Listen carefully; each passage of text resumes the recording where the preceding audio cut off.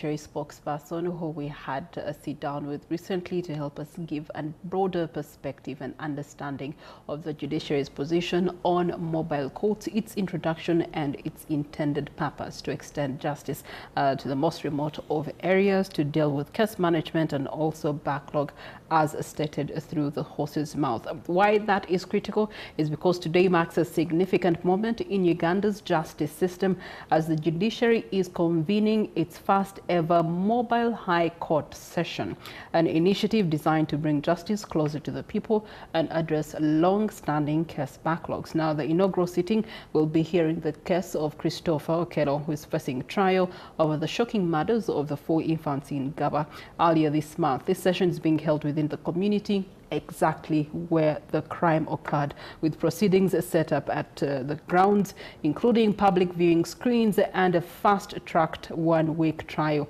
immediately after committal. Now, while the judiciary presents this as a bold step towards improving access to justice, the move has sparked concerns from other sections, especially the legal fraternity, with the Uganda Law Society having strongly criticized both the venue as well as the broader implications for the right to a fair trial.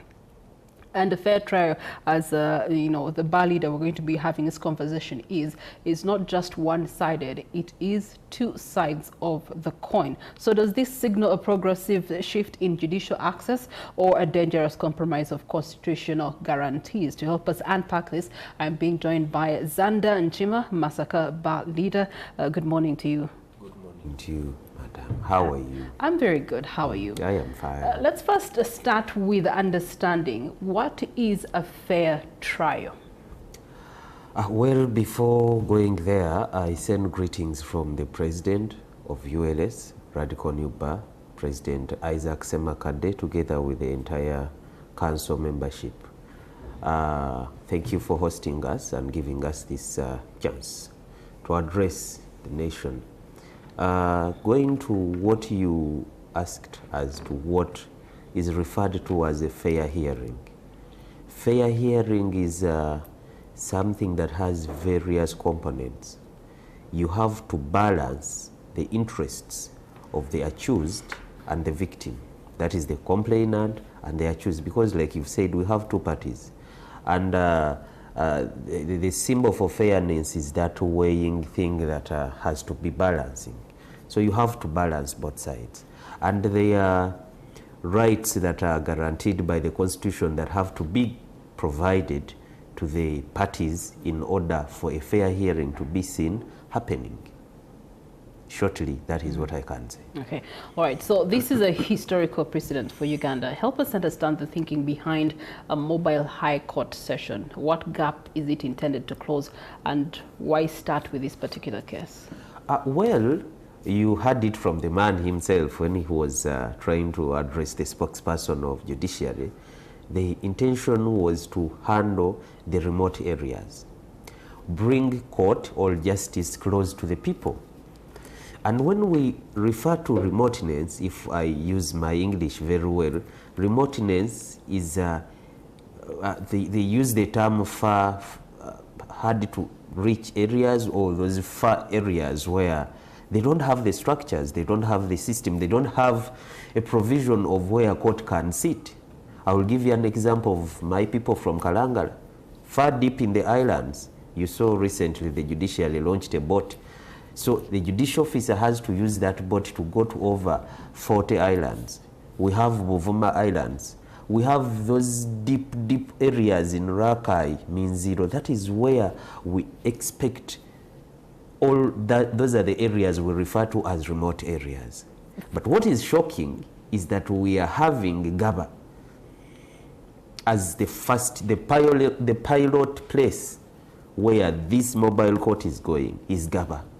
If you check how many courts are surrounding Gaba, you look at the convenience and everything, by far the High Court building is better than where they are taking it. So I don't know whether that is remoteness, but I am using the very words the spokesperson has been using, and those are the wordings in the guidelines that were issued by the Chief Justice as per Section 5, because they get it from Section 5 of the Trial and Indictments Act. So it is to help those people who cannot really come to court area, normal courts, to get justice. Okay. Yeah. So from the position of the Uganda Law Society, at the heart of your concern is the concept of mobile court itself.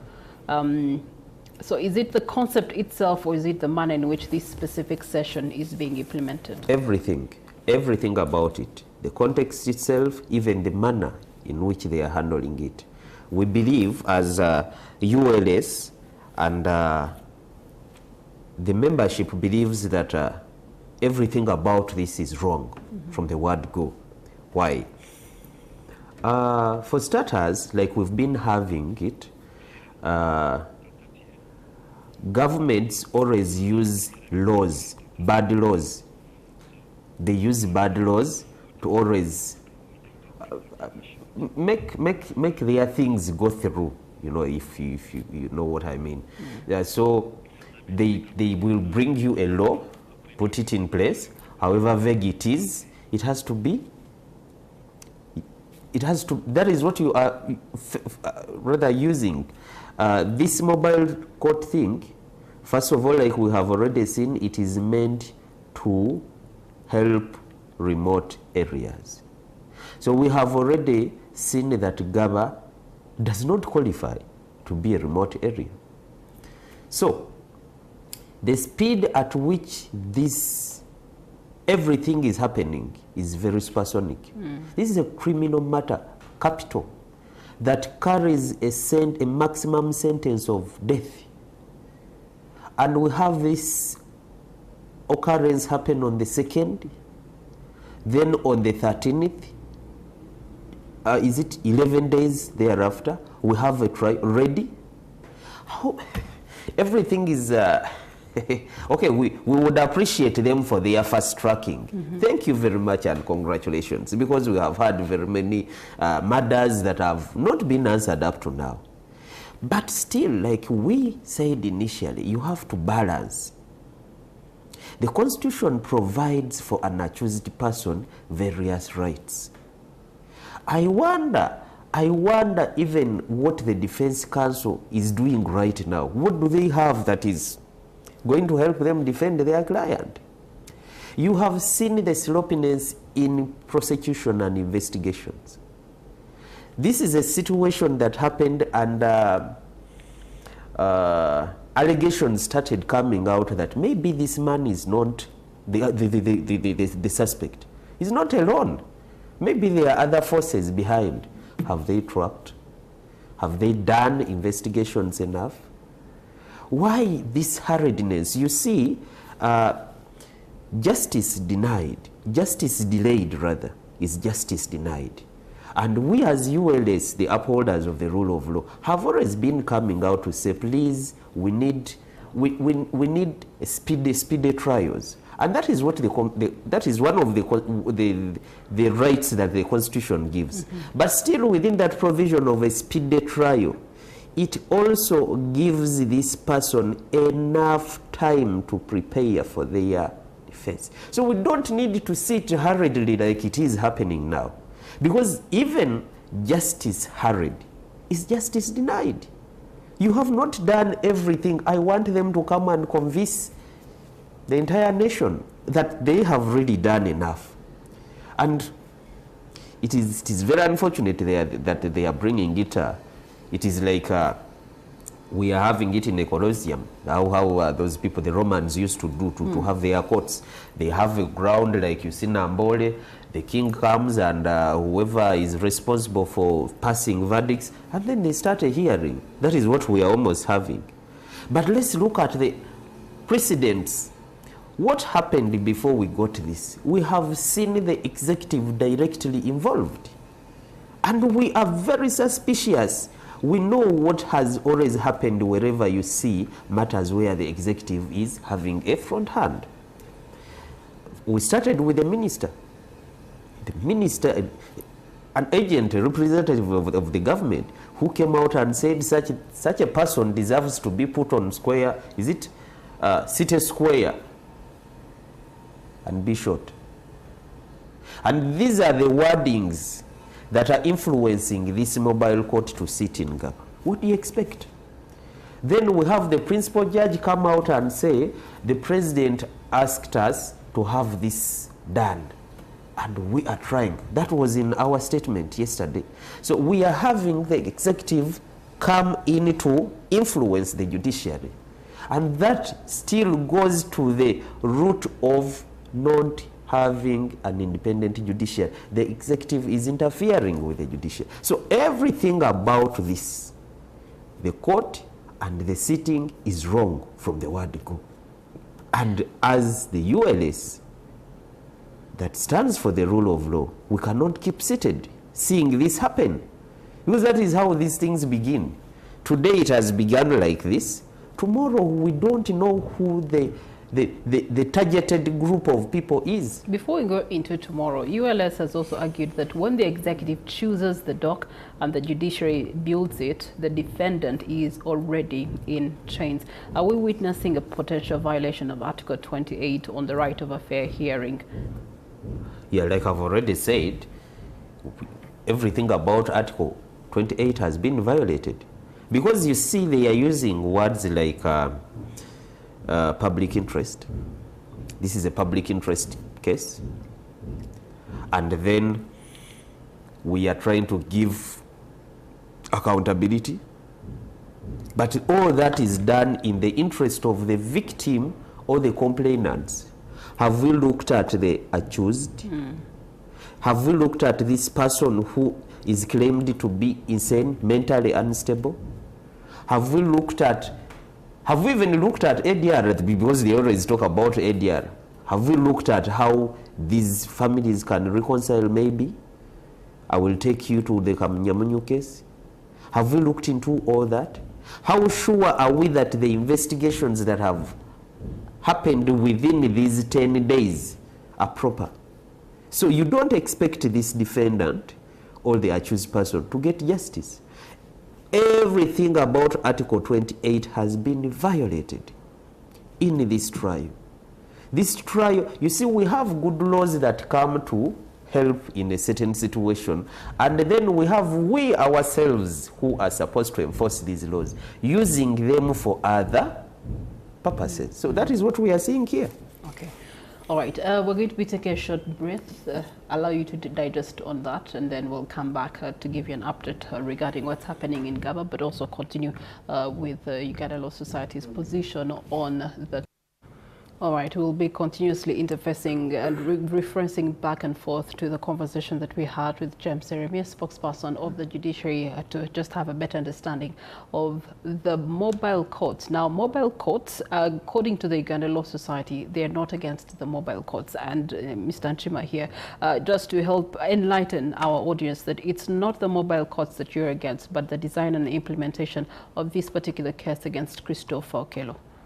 Yeah, you are very right, and Uganda Law Society stands for enforcement of the rule of law. So mobile courts, the provision of that was brought with good intentions, and we would have no problem if it were being used rightly. But our issue is how they are orchestrating it right now, within the disguise of public interest. You see, the word public interest has to be held carefully. Why? Because we do not disguise under public interest to go against well-set rules. The Constitution is the ground norm. It is the ground norm of all our laws. It has its provisions. It provides for Article 28 that we've been singing ever since this program began. So much as the Chief Justice is given powers to come up with whatever regulations, as he did with the mobile courts, it is okay. But the way it is being used to infringe on the already provided rights of Ugandans is what we have a problem with. Simple. It is simple as that. Okay, let's also have your voice on the choice of venue, taking this case back to the very same place where the incident occurred, where memories are still fresh, where parents, in as much as they've physically buried their children, but they still hold them alive in spirit. Well, that is also one of the problems or one of the things that the ULS looked at, because trust me or not, there will be some kind of bias, not even kind of, there will be bias. Imagine we have this setup where people are seated like in an arena, and the counsel for the accused is standing the other side. The public does not appreciate even what counsel for the accused does. So how do you expect this lawyer, and if I'm not mistaken, they have brought a lady. This is a lady lawyer who is trying to defend someone who the whole public thinks is a murderer. Is she really going to do what she's supposed to do? Let's go to all the people involved. As someone is doing this, others will be jeering. So what do you expect out of this? And in any case, like you have clearly put it, the public is still in that shock. They haven't recovered yet. So most of all these people have already passed the verdict against Christopher. So Christopher, as a Ugandan who is protected under the law, and it is the court, it is the judiciary, the court, and us lawyers that are supposed to make sure Christopher's rights are also protected. We are the same people coming up and saying we are bringing the court right into Gaba 10, 11 days after the incident. Where is the difference between the mob justice that was going to be carried on him and you bringing the same almost mob justice disguised into decorum and judicial robes, placing it back at the scene? What do you expect? How do you know, how do you qualify the people? There are 1,000 people they have talked about that are going to attend the court hearing. So by all means, we believe, ULS believes that Christopher is not going to get justice. By the look of everything, from the word go, there is no justice at all. It's as if they have prepared their meal and they are just taking it in Gaba to be served. Okay, what are the compromises there do exist underlying in the administration of justice or the rights of the accused? I don't know how long the accused has gotten time to talk with the lawyer they have given him on state brief. And in any case, I even don't know whether Christopher his rights have been fully explained to him. Whether he even knows that he can decide to say, I don't want that lawyer, I need some time enough to get my lawyer. So all of that, the rights of Christopher have been violated from the word go. Even when judiciary comes and says, we are giving this person a speedy trial, that speedy trial is also a violation of his rights, because I've told you, justice hurriedly is justice denied. We don't have it in the history it is not precedented anywhere where we have a trial. What kind of trial is this? What is so big about this trial that is pulling all this? It is even suspicious that you look at the political season where we are. You see everything that happens in Uganda, you have to look at all the fours. You have to look into all the directions. So the intentions of this trial are not intended to protect the rights of the accused. And by the way, even the victims might think that their rights are being served. But for us, we think this is vengeance. The doc is already chosen argument is also something that was within the document that you've been sharing with the Uganda Law Society's position on how the executive has influenced the speedy trial that's being conducted starting today. So it sort of makes the accused already prejudged or judged in advance. What does this, what precedents are being set here for futuristic cases? You see, recently we just made a statement, issued a statement against the averments that were made by the president of Uganda over the occurrences of the Masaka woman city member of parliament. We've had the president come out and talk about the situation and under which a certain reverend priest was being detained. We have still seen the same thing happen. Someone saying the president asked us to do this and here we are doing. You see, the president may be right because he's a political leader. He comes and tells you what he wants. At one time he said he's a lobbyist because he thinks the judiciary has not done its work, so sometimes he comes in to lobby. But much as that is being done, you as the judiciary are supposed to maintain your independence. Tell him off, yes, much as you're telling us to do this, but the laws are saying this. So we can still get the same results, but if we have passed the law.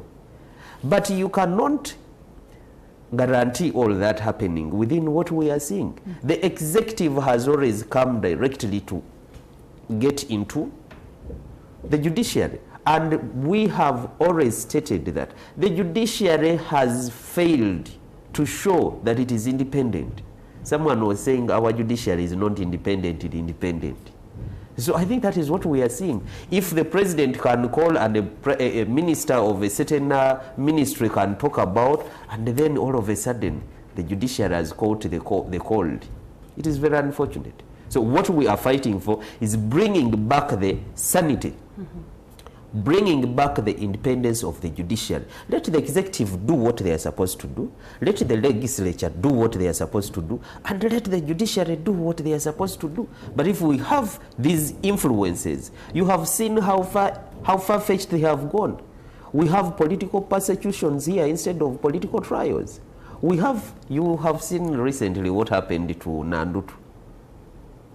The president said those people, the others came and repented, and of course I told the DPP to withdraw. So we don't have any independence, and that is what is going to keep us moving, and that is what is going to keep the democracy that we are always singing, that the president is always championing. All right. Thank you.